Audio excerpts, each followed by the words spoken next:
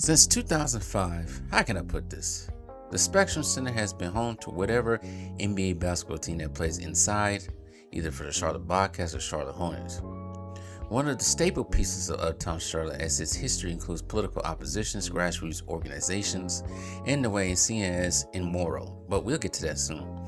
It was originally for the original Charlotte Hornets that would take its operations to New Orleans and was replaced quickly the outdated Charlotte Coliseum. But as I write this, I was trying to hype up this arena, but there's nothing really to hype up this arena. This arena is, out of the 30 arenas, probably the least interesting and least exciting. Well, I did host the 2019 NBA All-Star Game, but that came with some opposition. But let's get into part 2 of the Charlotte Hornets arena history, presenting the Spectrum Center. To Middleton. Middleton puts up the jumper, puts it in! Chris Middleton, another clutch shot on these plays.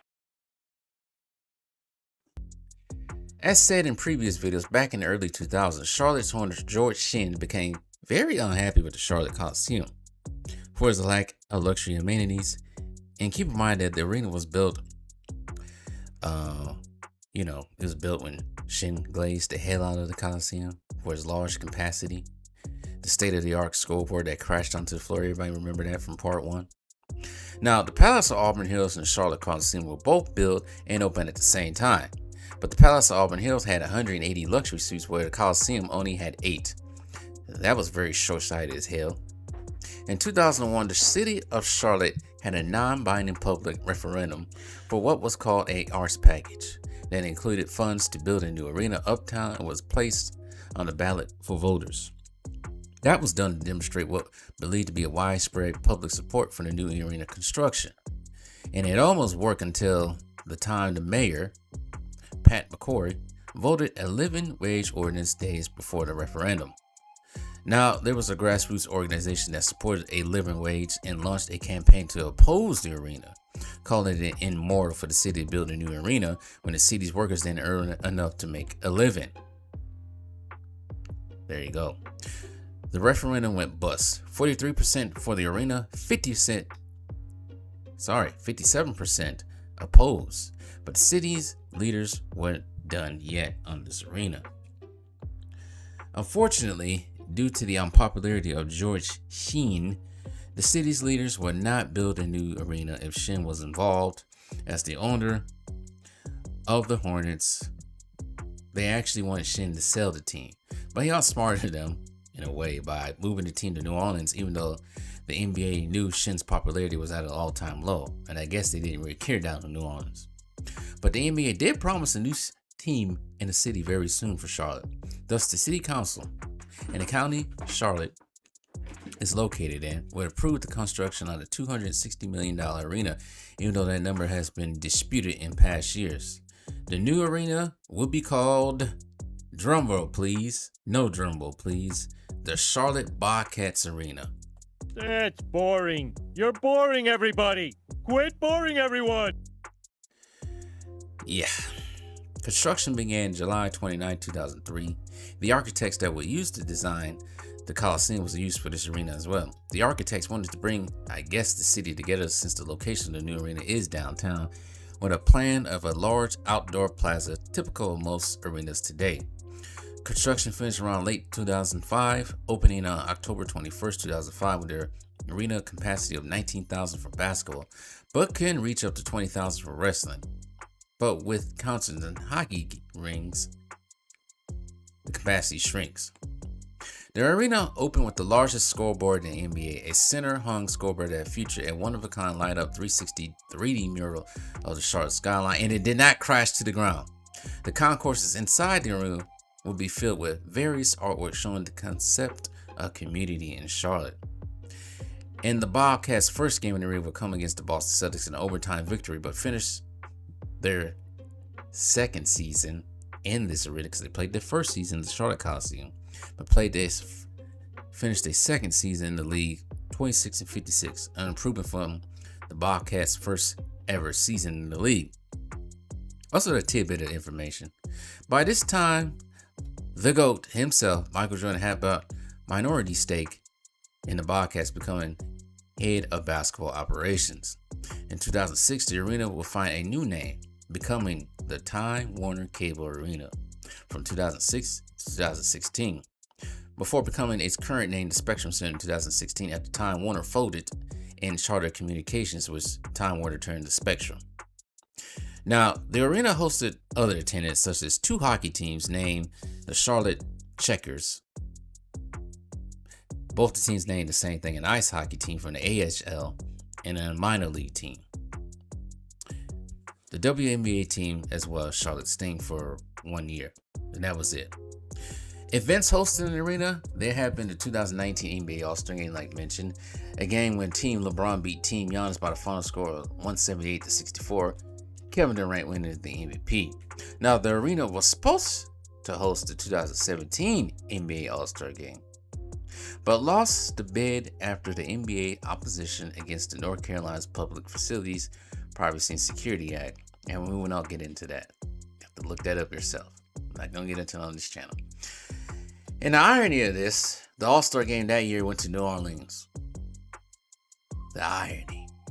Other events, the arena has hosted the 2012 Democratic National Convention, the Kellogg's Tour of Gymnastics, UFC events, a few games for the University of Charlotte basketball team, NCAA tournaments, ACC tournaments, and Southern Conference tournaments. Plus, it was used to host graduations, but the Bobcats were charging Charlotte Mecklenburg schools $15,000 to host, but moved the graduations to Bojangles Coliseum instead. Plus, it has been featured on TV shows like One Tree Hill, Veep, and auditions for American Idol Season 12. Since its opening, the arena has undergone a few renovations and upgrades, such as a new scoreboard in 2016 costing $7 million. It's twice the size of the original. It can change multiple colors. Retractable auxiliary scoreboards installed at the corners of the upper floors. Renovations of suites, visitor locker rooms, and other rooms. In 2022, the city proposed a $245 million beautification of the arena with upgrades to the HVAC units, upgrades to the transit station nearby, and a new practice facility across the street that will be completed in 2027. So this is a question I want to state. How do the locals feel about this arena since 2005? Well, I couldn't get much. I could not get much. So I went to Google reviews for the arena, where it received 4.5 stars out of 5. The most comments was either saying that loving the atmosphere or either attending Hornets games or other events. Some have liked that the light rail next to the arena has been a delightful piece of transportation, easily accessible to get into. Some others say parking can be better, bathrooms are clean.